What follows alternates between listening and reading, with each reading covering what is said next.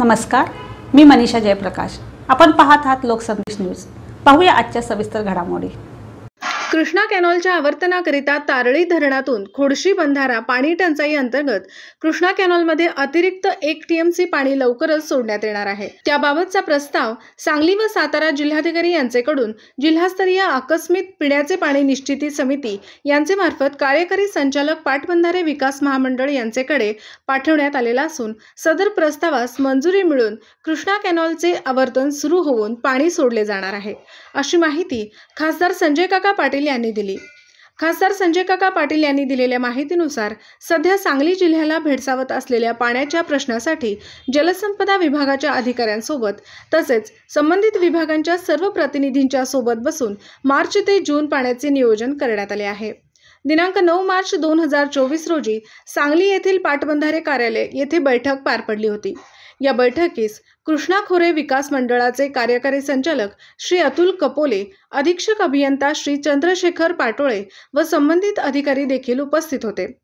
सदर बैठकीस कृष्णा कॅनॉलसाठी तारळीमधून 1 टीएमसी पाण्याची मागणी केलेली होती। सदर पाणी तारळी धरणातून खोडशी बंधारा कृष्णा कॅनॉलमध्ये पाणी उपलब्ध करून देण्याबाबत निर्णय घेण्यात आलेला होता। सदर मागणीप्रमाणे दोन्ही जिल्ह्याचे जिल्हाधिकारी आणि जिल्हास्तरीय आकस्मिक पिण्याचे पाणी निश्चिती समिती यांचे मार्फत कार्यकारी संचालक पाटबंधारे विकास महामंडळ यांचेकडे प्रस्ताव पाठवून त्यास मंजुरी देण्यात आलेली आहे। त्यामुळे तारळी धरणातून खोडशी बंधारा कृष्णा कॅनॉलमध्ये पाणी सोडण्याचा मार्ग मोकळा झालेला आहे, असेही खासदार संजय काका पाटील यांनी सांगितले। कृष्णा कॅनलला पाणी सोडण्यासंदर्भामध्ये गेले 10-12 दिवस आपला प्रयत्न सुरू आहे।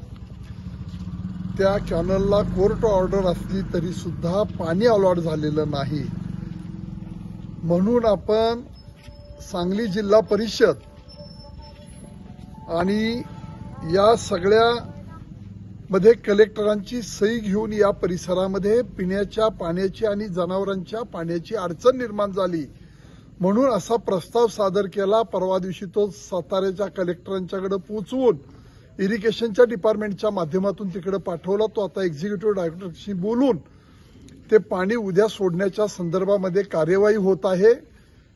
या सगळ्या प्रकरणामध्ये निश्चितपणानं आमच्या सगळ्या सहकार्याने यामध्ये आपल्याला मदत केलेली आहे। तेव्हा उद्या हे कृष्णा कॅनलला पाणी खोडशीच्या धरणापासून पुढे निश्चितपणानं सोडलं जाईल आणि ते जवळजवळ 800 ते 900 MCFT पाणी आहे। पुरेसं पाणी आपल्याला ह्या उन्हाळ्यातलं हे मिळून जाईल।